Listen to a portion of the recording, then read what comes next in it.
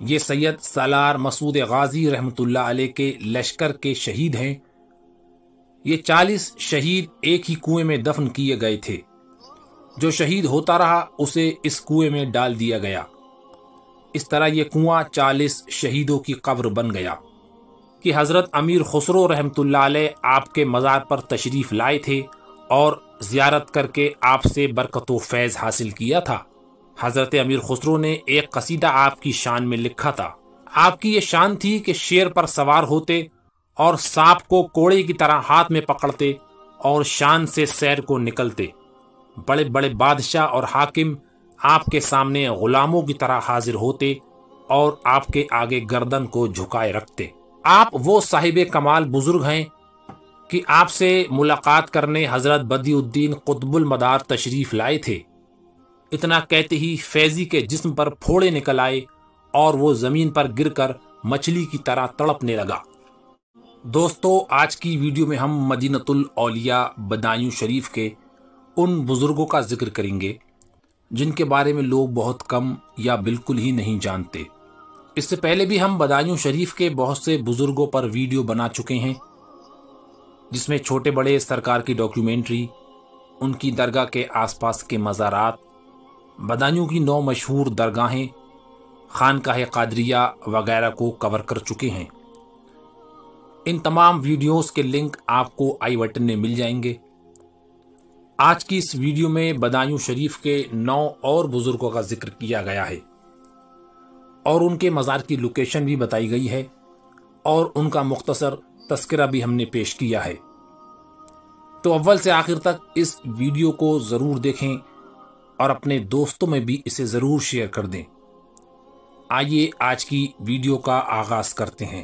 پہلے بزرگ مٹکی پیر۔ دوستو، یہ کنواں ہے جس میں 40 شہید دفن ہیں۔ یہ سید سالار مسعود غازی رحمۃ اللہ علیہ کے لشکر کے شہید ہیں۔ یہ 40 شہید ایک ہی کنویں میں دفن کیے گئے تھے۔ 421 ہجری مطابق 1030 عیسوی کو یہ 40 مجاہد اسلام اللہ کی راہ میں اس کنویں کے پاس شہید ہوئے تھے۔ جو شہید ہوتا رہا اسے اس کنویں میں ڈال دیا گیا۔ اس طرح یہ کنواں 40 شہیدوں کی قبر بن گیا۔ ان شہیدوں کی نیاز مٹی کی مٹکی میں شربت بھر کر دلائی جاتی ہے، اس لیے یہ مٹکی پیر کہلاتے ہیں۔ ان کے برابر میں ہی ایک اور مزار ہے جو شہنشاہ شہیداں کے نام سے جانا جاتا ہے۔ یہاں کثرت سے لوگ حاضر ہوتے ہیں اور فیض حاصل کرتے ہیں۔ اس مقام پر ایک عجیب سی کیفیت اور روحانیت محسوس کی جاتی ہے۔ یہ مزار بدایوں شریف کے محلہ کمان گران میں مٹکی پیر کے نام سے بہت مشہور ہے۔ دوسرے بزرگ حضرت خواجہ مسعود نخاسی رحمۃ اللہ علیہ۔ آپ بڑے صاحب کمال اور زبردست اہل باطن میں سے تھے۔ آپ خوارزم کے رہنے والے تھے جو آج کل ازبکستان اور ترکمانستان کے بیچ میں بٹا ہوا ہے۔ آپ نے مولانا جلال الدین رومی کے صاحبزادے سے علم حاصل کیا اور حضرت شیخ نجم الدین کبریٰ کے مرید ہو کر ان سے خلافت حاصل کی۔ پیر و مرشد کی خانقاہ میں آپ نے بہت ریاضت و مجاہدات کیے۔ اس کے بعد آپ اپنے پیر و مرشد کے حکم سے کرمان، اصفہان اور نیشا پور ہوتے ہوئے سلطان محمد غوری کے لشکر کے ساتھ اجمیر شریف تشریف لائے اور پھر وہاں سے شمس الدین التمش کے دور میں بدایوں شریف تشریف لائے۔ آپ قلندرانہ حالت بنائے رہتے، 15 دن جذب و مستی میں رہتے اور 15 دن ہوش میں رہتے۔ جب آپ پر مجذوبیت کا غلبہ ہوتا تو جنگل میں چلے جاتے اور پیڑوں کے پتے کھاتے۔ جب 15 دن بعد ہوش میں آتے تو آبادی میں آ جاتے۔ آپ سپاہیوں کا بھیس بنائے رہتے، تلوار کمر میں لگی ہوتی اور نیزہ ہاتھ میں۔ ہر رات کو سارے شہر میں گشت کرتے۔ بڑی بڑی کرامت آپ سے ظاہر ہوتی۔ آپ حضرت بڑے سرکار کے دور میں حیات تھے اور ان کے پڑوس میں رہتے تھے۔ آپ نے ہی بڑے سرکار کی محفل سما اور رات بھر کے شور و غل کو ناپسند کرتے ہوئے کہا تھا کہ تم نے کیا رات بھر کا تماشا لگا رکھا ہے، کہیں ایسا نہ ہو کہ اس آگ میں جل جاؤ۔ جواب میں حضرت بڑے سرکار نے فرمایا تھا کہ تم خود بھی جل جاؤ گے۔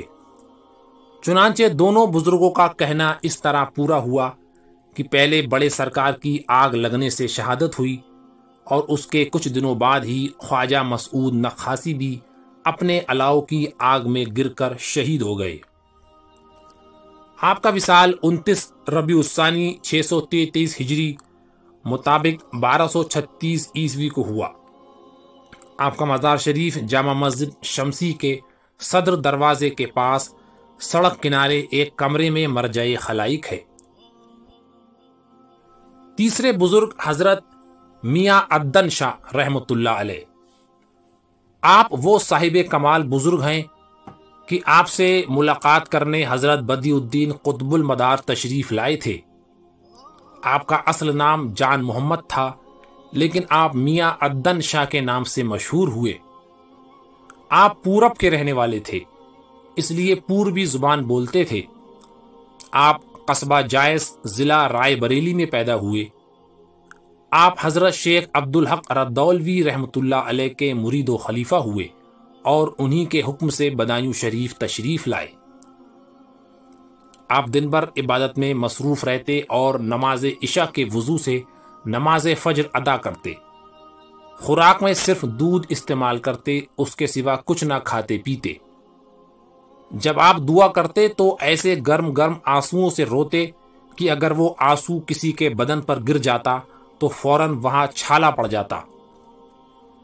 آپ صاحب کمال، صاحب کرامت، ولی کامل تھے۔ آپ کا مزار شریف بدایوں میں محلہ فرشوری ٹولہ میں ہے۔ آپ کا وصال 12 شعبان 849 ہجری مطابق 1445 عیسوی کو ہوا۔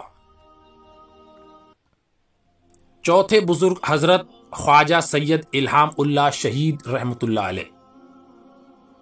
آپ بھی شہدائے اسلام میں سے ہیں۔ بعض لوگوں نے لکھا ہے کہ آپ حضرت میرا جی ملہم شہید کے چھوٹے بھائی تھے، اور کچھ کہتے ہیں کہ آپ ان کے بھانجے تھے۔ آپ سید سالار مسعود غازی کے ساتھ بدایوں شریف تشریف لائے تھے اور یہاں 421 ہجری مطابق 1030 عیسوی میں آپ کی شہادت ہوئی تھی۔ شہادت کے بعد آپ کے جسم مبارک سے عجیب و غریب کرامت ظہور میں آئیں۔ آج بھی آپ کا فیض جاری ہے اور حاجت مند آپ کے قرب میں فیض حاصل کرتے ہیں۔ آپ کی بزرگی اس سے بھی ثابت ہے کہ حضرت امیر خسرو رحمۃ اللہ علیہ آپ کے مزار پر تشریف لائے تھے اور زیارت کر کے آپ سے برکت و فیض حاصل کیا تھا۔ حضرت امیر خسرو نے ایک قصیدہ آپ کی شان میں لکھا تھا: اللہ اکبر، ایسا صاحب کمال بزرگ جس کی شان میں امیر خسرو کلام کہیں، گمنامی کی حالت میں کھلے آسمان کے نیچے ابدی نیند سو رہا ہے۔ آپ کا مزار شریف مولوی محلے میں میاں حیدر شاہ والی مسجد کے اندر صحن میں موجود ہے اور اس وقت بہت سادہ حالت میں ہے، جو ویڈیو میں آپ کو نظر آ رہا ہے، اور اس پر کالی چادر چڑھی ہے۔ پانچویں بزرگ شیخ فتح اللہ شیرازی رحمۃ اللہ علیہ۔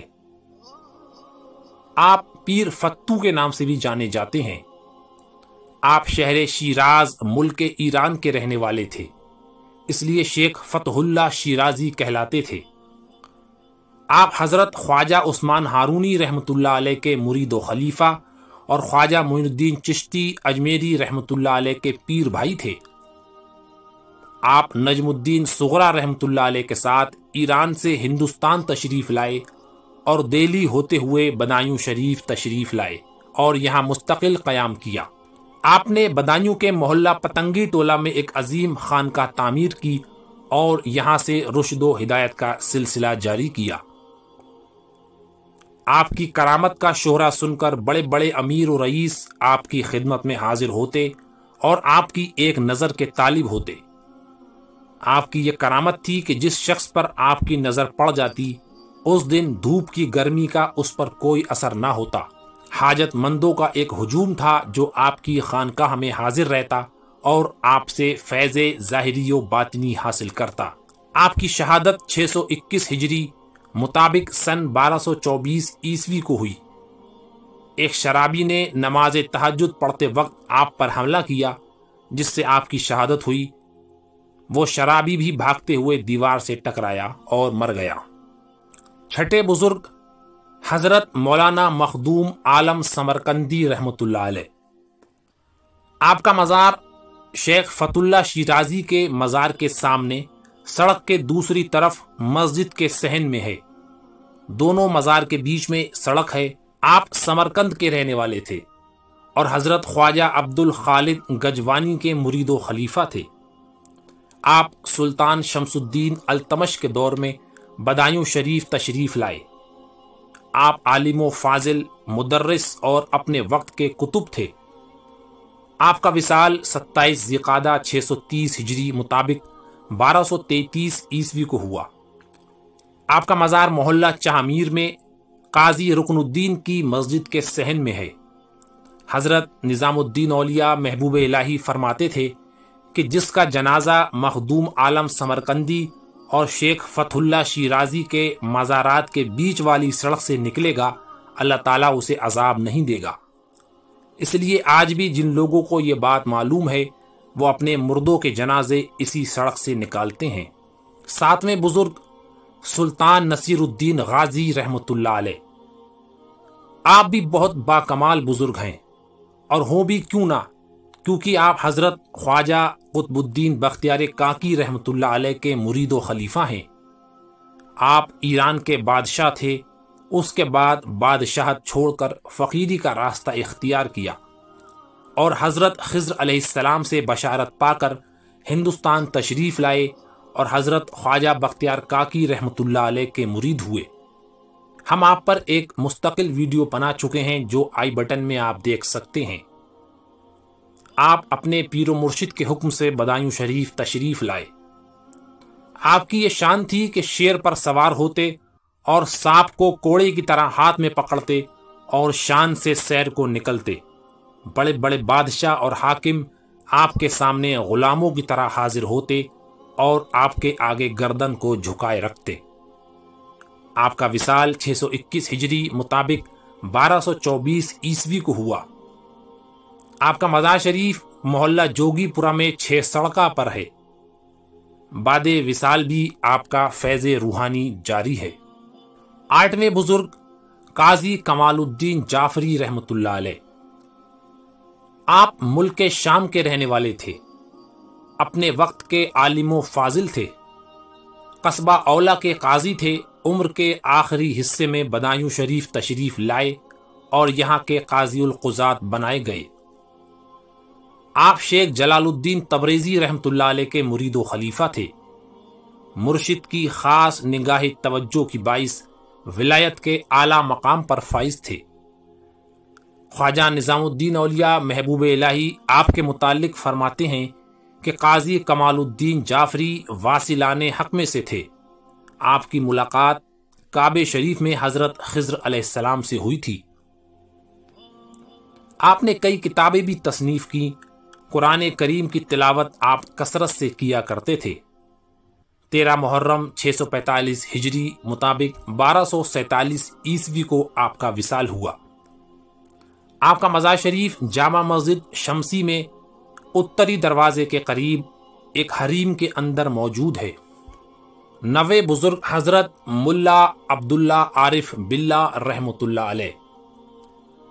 آپ اپنے وقت کے زبردست عارف حق اور شیخ کامل تھے۔ آپ پنجاب کے رہنے والے تھے اور تعلیم حاصل کرنے کے لیے وہاں سے دہلی تشریف لائے، بعد میں دہلی سے بدایوں تشریف لائے۔ آپ شیخ عبد الباقی چشتی بدایونی کے مرید و خلیفہ تھے اور حضرت مخدوم شیخ صفی رحمۃ اللہ علیہ سے بھی آپ نے فیض حاصل کیا تھا۔ آپ علم ظاہری و باطنی دونوں میں بے مثال تھے۔ آپ نے تمام عمر طلبہ کو درس دے کر گزر اوقات کی اور نہایت سادہ زندگی گزاری۔